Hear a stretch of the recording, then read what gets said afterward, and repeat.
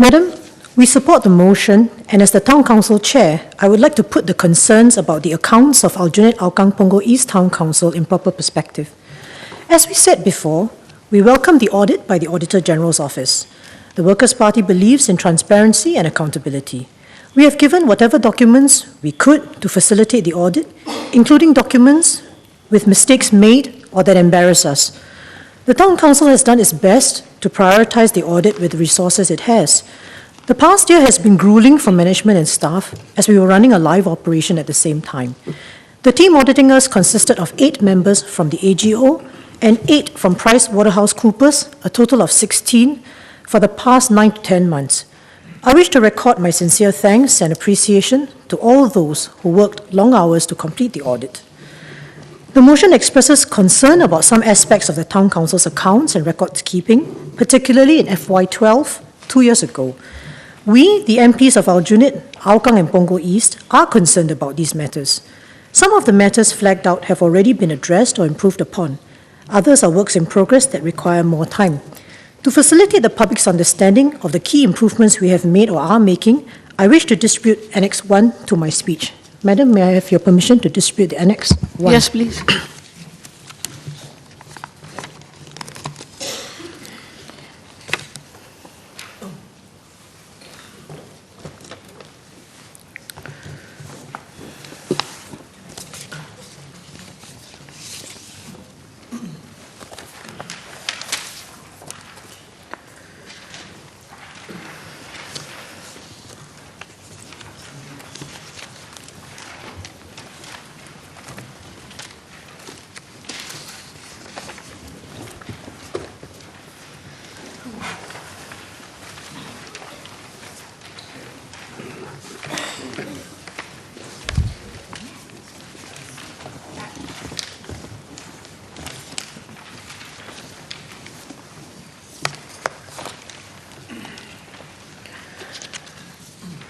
Members will see from Annex 1 that some of the key improvements and updates have been tabulated in this 2-page attachment, and some of the MPs and myself will be taking members through some of the specific changes later on. Madam, in this debate, all the MPs of the town will be giving more insight into specific areas to enable the public to have a better understanding of the matter and the actions we have taken and are taking in response to the AGO audit. I will focus on the findings about the sinking funds and related party transactions. First, Madam, the sinking funds. We note that there could be a misunderstanding among some members of the public that the sinking fund monies were somehow lost. This is not the case. At all times, the monies that were not transferred to sinking funds were still in the Town Council's operating fund bank accounts. The issue picked up concerns the transferring of the monies from one bank account to another. Let me explain how the omission to transfer arose before I go into the corrective actions taken. Monies such as income and government grants are first received into the Town Council's operating fund accounts. During FY11 and 12, the Town Council made some payments for sinking fund expenses out of the operating fund accounts, believing it could net off the sinking fund expenses before making the transfers to the sinking fund accounts later. The Town Council accepts that it should have transferred the full amounts due to the sinking funds each quarter and should have paid sinking fund expenses directly from the sinking fund accounts. We have taken steps and made good the transfers. For FY11 and FY12, the necessary transfers have been done. We have also done the transfers for FY13 and have been making transfers for FY14. As for the errors in transfer amounts flagged by the AGO, we have also made the corrections and payments. The AGO noted that the Town Council had wrongly used sinking funds for the neighbourhood renewal programme. The TC had assumed that funds for the NRP should be deposited into sinking funds and paid from there. However, as there was actually no legal requirement to keep the NRP funds in sinking funds, we have corrected this and henceforth transacted for NRP projects out of routine or operating funds. This error arose because the managing agent had not encountered managing an NRP project before and was not certain whether such NRP monies should be transacted out of sinking funds or operating funds. This was not a case of using sinking funds for the wrong purpose. Madam, there is still one issue to be attended to, and that is the amount of GST refunds to be transferred back to sinking funds. This will take some time to unravel. Going forward, the Town Council will work with its IT system vendor to implement a function to capture sinking fund payments that attract GST. This will make it much easier to compute how much GST refunds from IRAS should go back into the sinking fund. The observation about sinking fund lapses has thus been substantially addressed. Madam, next I move on to related party transactions. The Town Council has never disputed that the Town Council and its managing agent, FM Solutions and Services Private Limited, are deemed to be related parties under the financial reporting standards. In a small setup like FMSS, which focuses on managing one town, it is inevitable that the directors of the company would be involved in holding key positions in the Town Council as well.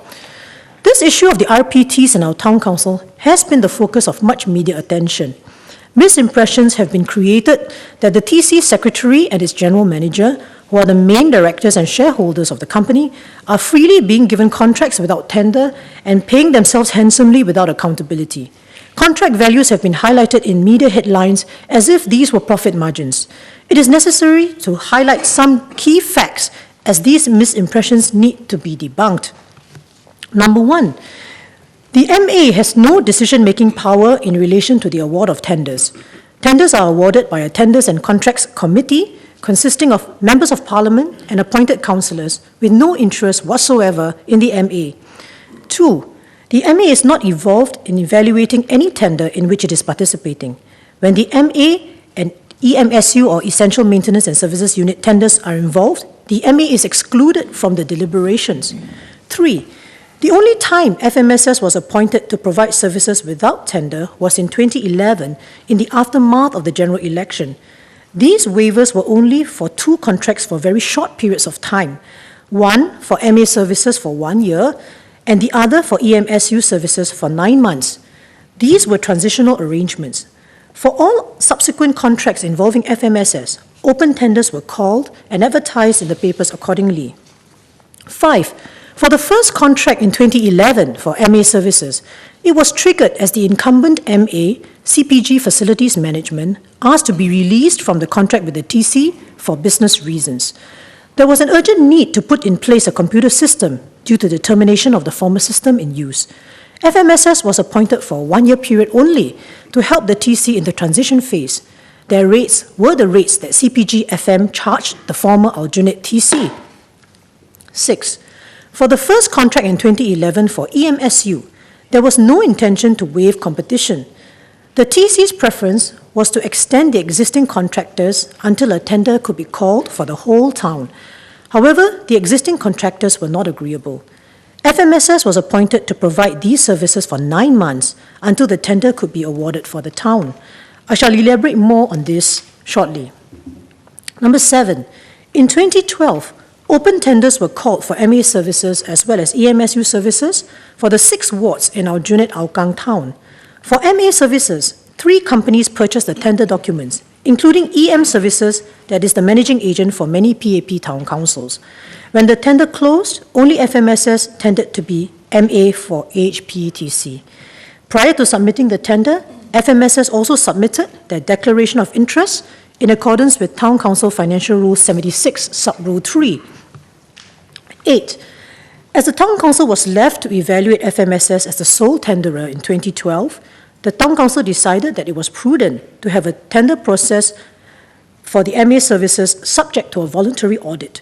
It called for quotations from 3 audit firms and appointed 1 firm to do the review. The agreed upon scope included considering whether the current procedures and practices were adequate to ensure that the procurement was made in the ordinary course of business, and whether there were adequate controls to ensure that the award was conducted in an unbiased, objective, fair and transparent manner. It also covered assessing whether the evaluation and award of the tender was conducted in accordance with existing requirements and good corporate governance practices. The auditors examined the records of the evaluation done and also sat in on an evaluation meeting. After this voluntary audit in 2012, the Town Council was graded A. 9. Contrary to some misimpressions that the managing agent has a free hand to manage the Town Council, the Town Council in fact has in place various structures to oversee the work of the managing agent. I would like now to distribute Annex 2 to my speech, showing the various committees and channels that aid monitoring of the MA services.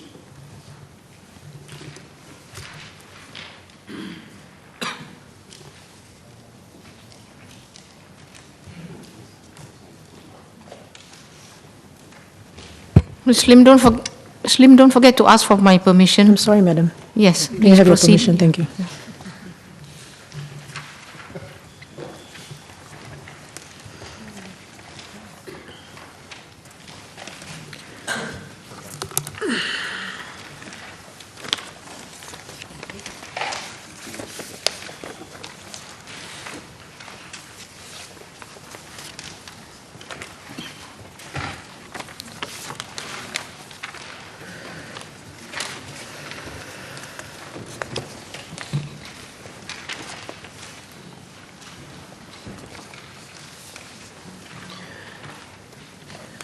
Madam, as members can see from Annex 2, this sets out not just the composition of the Town Council itself, but also its constituent committees that oversee various aspects of work, such as estate, finance, tenders, or audit projects, and so on. And on the last page, you will also see some additional channels by which the MA service levels are monitored by the Town Council, and in particular the MPs. Later on, my colleagues will also take the members through some of these points.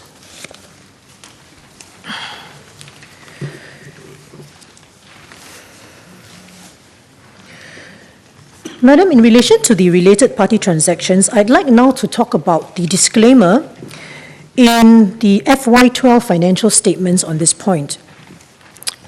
In our Town Council's audit for FY12, our auditors put in a disclaimer that because the project management fee details were not disclosed in the financial statements, they were unable to determine the completeness of the related party disclosures.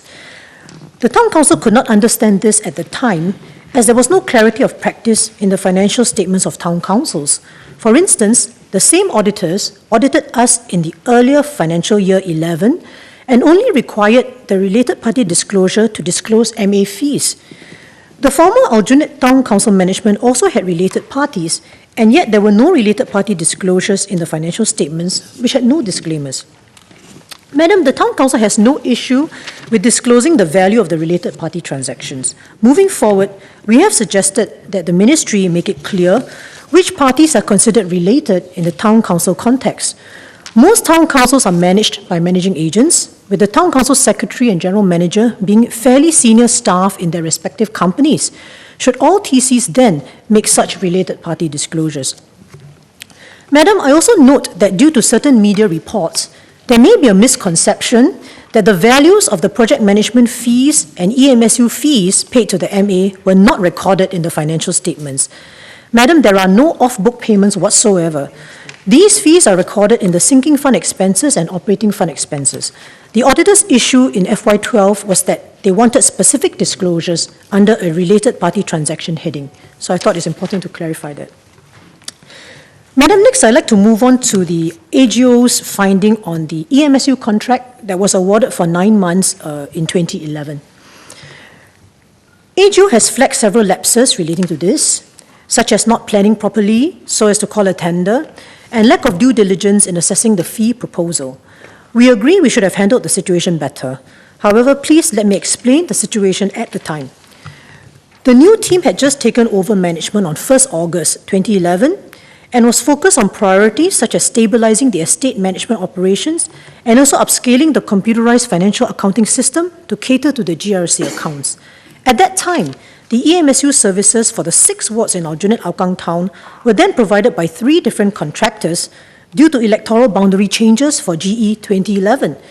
Aljunied GRC had 4 wards serviced by CPG FM, 1 ward drawn over from Marine Parade GRC being serviced by EM Services, and Hougang SMC being serviced by FM Solutions and Integrated Services. The TC had wanted to preserve the existing contractors until a tender could be called for EMSU services for the whole town. There were verbal discussions with CPG-FM to extend their contract for 6 months, but in the end, it did not materialize. By the time the official reply was received, it was mid-September, 2 weeks before the contracts expired on 30th September. The Town Council had appointed a committee to evaluate a proposal by FMSS to step in due to the urgency and the public interest. The committee met on a Sunday, 18th September 2011, and went through the proposal to use the existing rates charged by CPG-FM and EM services. Unfortunately, it was not noticed that for 2 of the items, the wrong multiplier was used. The items were costed per equivalent dwelling unit or per EDU, rather than the correct unit, which should have been per block and per lift. There was also a rounding of a unit rate to 2 decimal places instead of 3, resulting in an erroneous calculation. Approval was obtained from the town councillors via email for an estimated fee of about $70,000, when the fee should have been in the region of about $50,000. We have gone back to investigate the matter. Though the approval was for a fee of $70,000, the actual amounts billed by FMSS were lower, being about $67,000 to $68,000 each month. The TC has since calculated the amounts using the correct multipliers. There was an unintended overpayment to FMSS for the 9 months. A sum of about $122,000 has since been paid back to the Town Council to correct the error. Why did the error occur? I bear personal responsibility, as I was chair of the evaluation committee. Despite the urgency of the matter, I should have ensured that the former contractor's invoices were cited for comparison before the committee accepted the pricing proposal and obtained the Town Council's approval. That said, the error was not deliberate. There was absolutely no intention on the part of the committee nor the contractor to approve higher payment rates for this interim period of 9 months. Next, Madam, I move on to the issue of disclosures of the related party transactions. It was pointed out that before entering contracts with FMSS, the relationships and extent of past or existing dealings should have been recorded as considered by the town councillors. We note the advice and will exercise more diligence in detailing and recording the RPTs in future and discuss how to mitigate the risk. To this end, we will implement a checklist to be filled in by all tenderers and contractors to facilitate this. I wish to highlight, however, that in the circumstances, there was little risk that the town councillors did not know of the relationships and the past contracts. At the time the contracts in 2011 and 2012 were entered into, the appointed town councillors remained the same. They knew of the circumstances of the formation of FMSS and contracts being awarded to FMSS and their values. When the tenders from FMSS were received, the ACRA profile of FMSS was submitted and considered by the committees evaluating the tenders. Next, Madam, I move on to the issue of oversight of payments. Much has been published about the fact that the Secretary and General Manager issued invoices, certified work done, and approved and signed checks to FMSS. Appendix C, Attachment 1, and its total amount for 84 invoices of 6.6 million has been the subject of a front-page headline on 9 February 2015. The Lianhe Wanbao headline was entitled, TC Secretary and GM pay their own company 6.6 million, and it has caused the intended alarm. However, Madam, the alarm is not warranted. Let me explain why. First, regarding check payments to FMSS, the Town Council had adopted an SOP on 8 September 2011, soon after the new management took over. It was the policy that no check to FMSS of whatever amount could be issued unless either the Town Council chairman or one of the vice chairmen co-signed the check. Thus, it was not possible for FMSS to pay itself unless it was authorized by the Town Council chair or vice chair, who have no interest in FMSS whatsoever. Secondly, out of the amount of 6.6 million in payments, about 96% of that, or 6.4 million, pertain to agreed monthly sums for MA and EMSU services rendered. These were monthly sums under contracts approved by the Town Council, where the rates were already approved. Third, regarding the issue of segregation of duties, it is clear from Appendix C's list, if I may invite members who have the report to look at Appendix C, the attachment with the 84 invoices.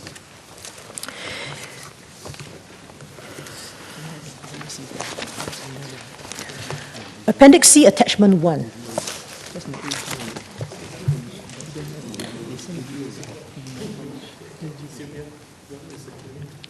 In a while. Oh, yes. Sorry. Attachment 1 to Appendix C of the AGO report. Yeah. Okay, it will be seen from this list of 84 invoices that from item 30 onwards to item 84,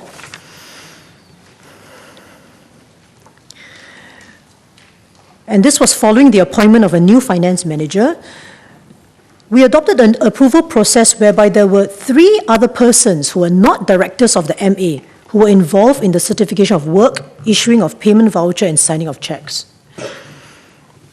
In other words, the segregation of duties was done on the TC's own initiative within FY12 itself. It should be noted that the bulk of the invoices in Attachment 1 are subject to the improved approval procedure. 55 out of 84 invoices were subject to this improved segregation of duties. As for the 11 invoices highlighted by Pricewaterhouse, where the general manager also certified the work done, these were invoices before July 2012, and 9 of them pertain to agreed monthly fees for EMSU and MA services approved by the TC earlier, leaving just 2 items amounting to 1,165, which were not such agreed monthly fees. Madam, at this stage, may I have your permission to distribute Annex 3 to my speech? Yes, please.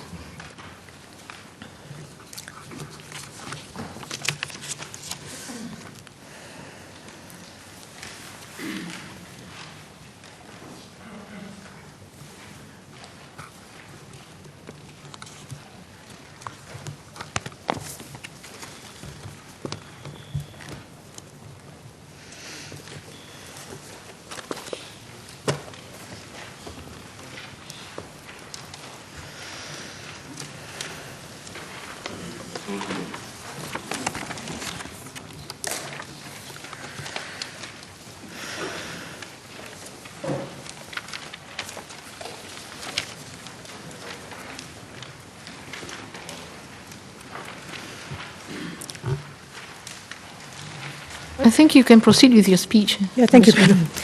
Yeah, Madam, as members will see from Annex 3, there are 3 key points which I wish to highlight in the Annex.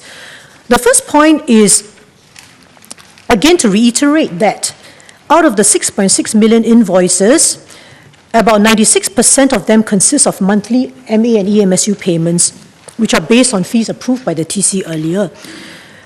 Point number 2, the point raised where the GM certified work done and approved the payment, again, 99.9% of these 11 invoices were again such pre-approved rates which had been endorsed by the TC earlier for MA and EMSU services. And the listing of the 11 invoices can be seen in the table here, and members will see that these are indeed for MA and EMSU services. If I can ask members to turn over the page of Annex 3. The third point I'd also like to highlight once again is that as far as the segregation of duties is concerned, point number 3, it can be seen from the Attachment 1, serial number 30 to 84, that at this juncture we had already implemented the segregation where non-shareholder officers were involved in the payment approval process. Okay, next, Madam, I'd like to move on to the question which was asked to me and also of the Vice Chairs as to how we would verify that works were done before we signed the checks. And Madam, the 3 categories of works that these queries related to were FMSS services for project management, MA services, and EMSU services. So, Madam, first I'd like to touch on project management fees. For projects, the check signer would usually see the architect's certificate and the quantity surveyor's calculations of the value of the works done. The project management fee is a fixed 3.5% of the works. The auditors said that they were unable to verify what was presented to the check signer at the time, namely FY12. The Town Council had explained that the supporting documents had been detached after the checks were signed, as they needed to be filed by the Estates and Projects Department. So, Madam, it should be remembered that these transactions took place in FY12. Next, for the MA payments, which are based on agreed monthly rates, the level of services provided is subject to evaluation on a daily basis. These include some of the channels that are mentioned in Annex 2, and I would not want to belabor the point. I think members can read from Annex 2. If there are other best practices from other town councils which other TC chairs would like to share on how they verify that the MA monthly payments are due before signing the checks, I would be very enlightened to hear what can further be done. Next, Madam, for the EMSU services, how do we check whether the services have been rendered? Monthly reports are churned out to show performance based on time of response and actions taken based on various indicators. Next, Madam, how are we going to manage the related petty transactions better? We have started to introduce more oversight into works and payments to the MA, and in this regard, Annex 2 is also relevant, which we distributed earlier. But I'd also like to add highlight a couple of points. First, as regards project management, we continue to require the architects and quantitative surveyors certificates before processing project management fees. Since 2013, April, the members of Parliament have started attending project meetings to assess the necessity for works and the details. Since late 2014, the Town Council's Estate and Community Liaison Committee has been tasked to approve works and project management fees before the works commence. The TC chair is also now asked to sign off on works orders before invoices are issued for project management fees. Next, Madam, for MA and EMSU fees, additional procedures have been introduced. Instead of direct invoicing, a works order is raised by the office manager and countersigned by the TC chairman. Thereafter, FMSS would raise its invoice, which is forwarded to the finance department. The payment voucher would be approved by the Deputy General Manager before the check is issued.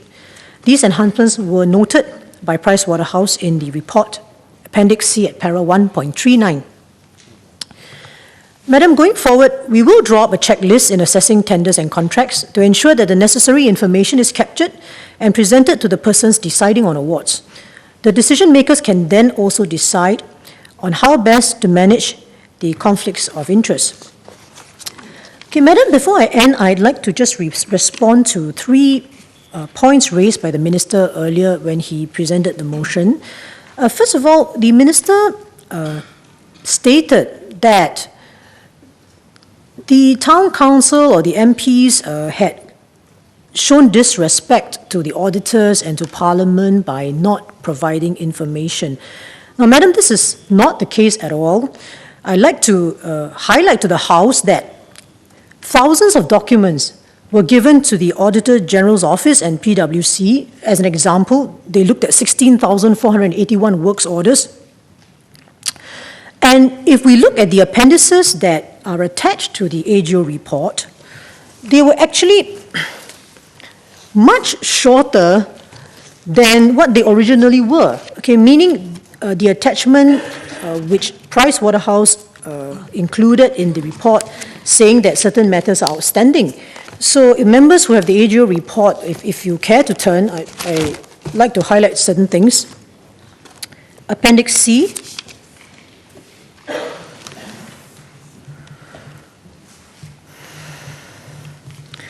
Appendix C, this is actually attachment, page 3, attachment 2.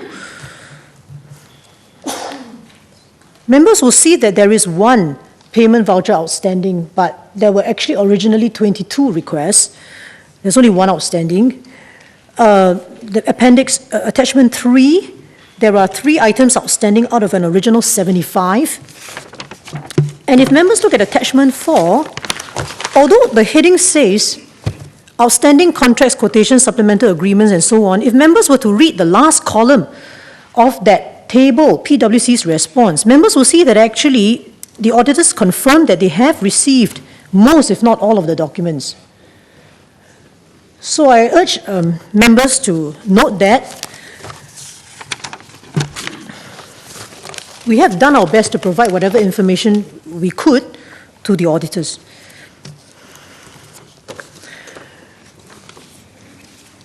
Next, Madam, the Minister highlighted the fact that our financial statements were late, and in particular, he mentioned the financial statements of FY13 to 14.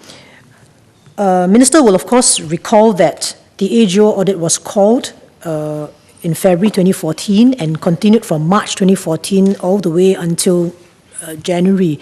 So all the papers were stuck for this audit, and it was not reasonably possible for the FY13 annual audit to commence while this audit was going on. In his speech earlier, the Minister mentioned that some of the conditions that he might want to impose on the Town Council going forward is that he would require us to submit our financial statements for FY13 and FY14 within certain timelines. I believe he said June and August. Well, Minister, we are not certain whether we can meet these timelines, but we will discuss with MND what is possible after discussion with our auditors.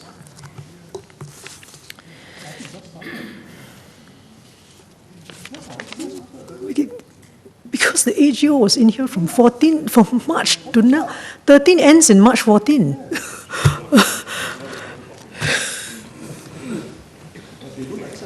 Yeah, they don't. Madam, one more point which the Minister brought up was the issue of cyclical information. He mentioned that our Town Council was slow to submit the information to MND, and I'd like to just make a few points so that there's no unnecessary worry on the part of our residents. First, I think Minister would know that we have been corresponding with MND and making the submissions. Admittedly, we are late, but we have submitted some things, and we are discussing with MND on some of those issues. So it's not as if we have not paid attention to it. Secondly, Madam Minister alluded to lifts and saying, that, there might be concerns about whether the lifts are overhauled in time and so on and so forth. So I'd like to just state some facts based on the information that I have. The current state in our town is that in terms of lift overhauls, there are just 12 lifts that are overdue for overhaul, so we'll be attending to them. Some of the other lifts are due for the selective lift replacement program. All the parts, hoist ropes and all that are up to date, and for the battery replacements, we are replacing them on schedule as per the MND timelines. So that's the situation with lifts. I just wanted to make that clear so that the residents are not unduly concerned about those comments. So, Madam, for now, let me round up. FY12 was the full year of our operations in Aljunied Hougang town, and despite the almost year-long intensive audit, the 16 auditors have not uncovered any basis to suspect deliberate malpractice nor any loss of funds. There has been no finding that we have been dishonest or have falsified records. Despite the issues in financial management, our residents' interests have not been compromised. Madam, I have set out the circumstances leading to the lapses in relation to the management of sinking funds and the related party transactions, so that the public may more fully understand what led to them. We thank the public, and especially our residents, for their kind understanding and support of our work. We will continue to put in efforts to do better. Thank you, Madam.